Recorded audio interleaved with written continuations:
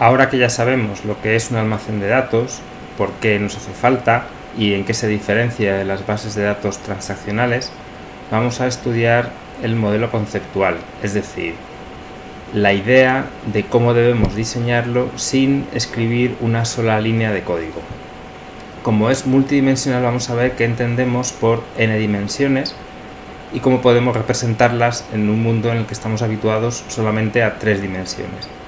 Después vamos a ver los operadores OLAP.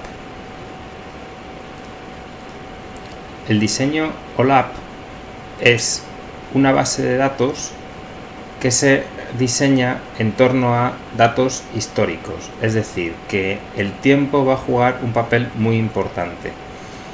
Estos datos históricos se recogen en el contexto en el que opera una organización, una empresa, etc.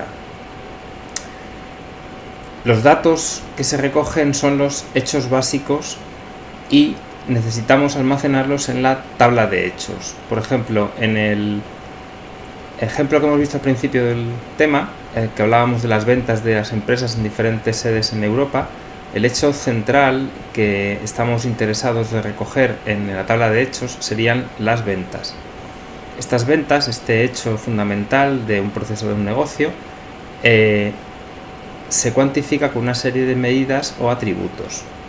Generalmente las medidas o atributos responden a la pregunta ¿cuánto? Por ejemplo, importe, cantidad, número de clientes, ¿no? Sería cuánto he ganado por cada venta, qué cantidad de unidades he vendido, cuántos clientes tengo. Todos esos son preguntas que se agrupan bajo el paraguas de cuánto. Pero para darle contexto a esos datos que he recogido en las medidas o atributos, necesito agregar otras características relacionadas. Esas características proporcionan dimensionalidad al hecho. Estas dimensiones son las preguntas cuándo, qué, dónde. Por ejemplo, la pregunta cuándo sería la dimensión de tiempo, que es muy importante, recordad, porque vamos a utilizar siempre datos históricos. Pero también podemos hablar de qué producto o dónde he vendido este producto, etc. Como estamos habituados a las 3 dimensiones, alto, ancho y profundo, la mejor manera de empezar a entender lo que es una base de datos multidimensional es pensar en el cubo OLAP, es decir, restringirnos exclusivamente a 3 dimensiones. En ese caso tendríamos cada una de las dimensiones en uno de los ejes.